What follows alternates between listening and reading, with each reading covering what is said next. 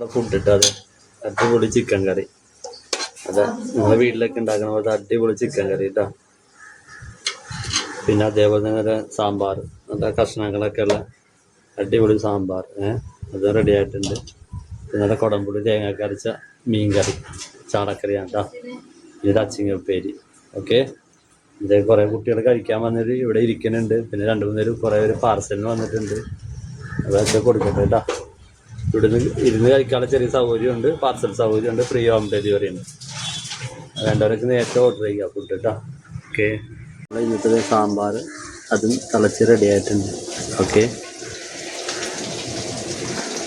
Fish ഫ്രൈക്കുള്ള മീനൊക്കെ മസാല വെച്ച് വെച്ചിട്ടുണ്ട്.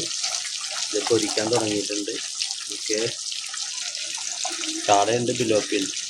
നല്ല പയറുപ്പേരി റെഡിയാകും കേട്ടോ. നല്ല അച്ചിങ്ങ പുതിയ മുളക് വെച്ചിട്ട് നല്ല അതും റെഡി ആയിട്ടുണ്ട്. അപ്പോൾ ഇന്നത്തെ ചാളക്കറി, ഇന്ന് തിങ്കളാഴ്ച അടിപൊളി മീൻ കറി, തേങ്ങ അരച്ച് വെച്ച് ചാളക്കറി കേട്ടോ.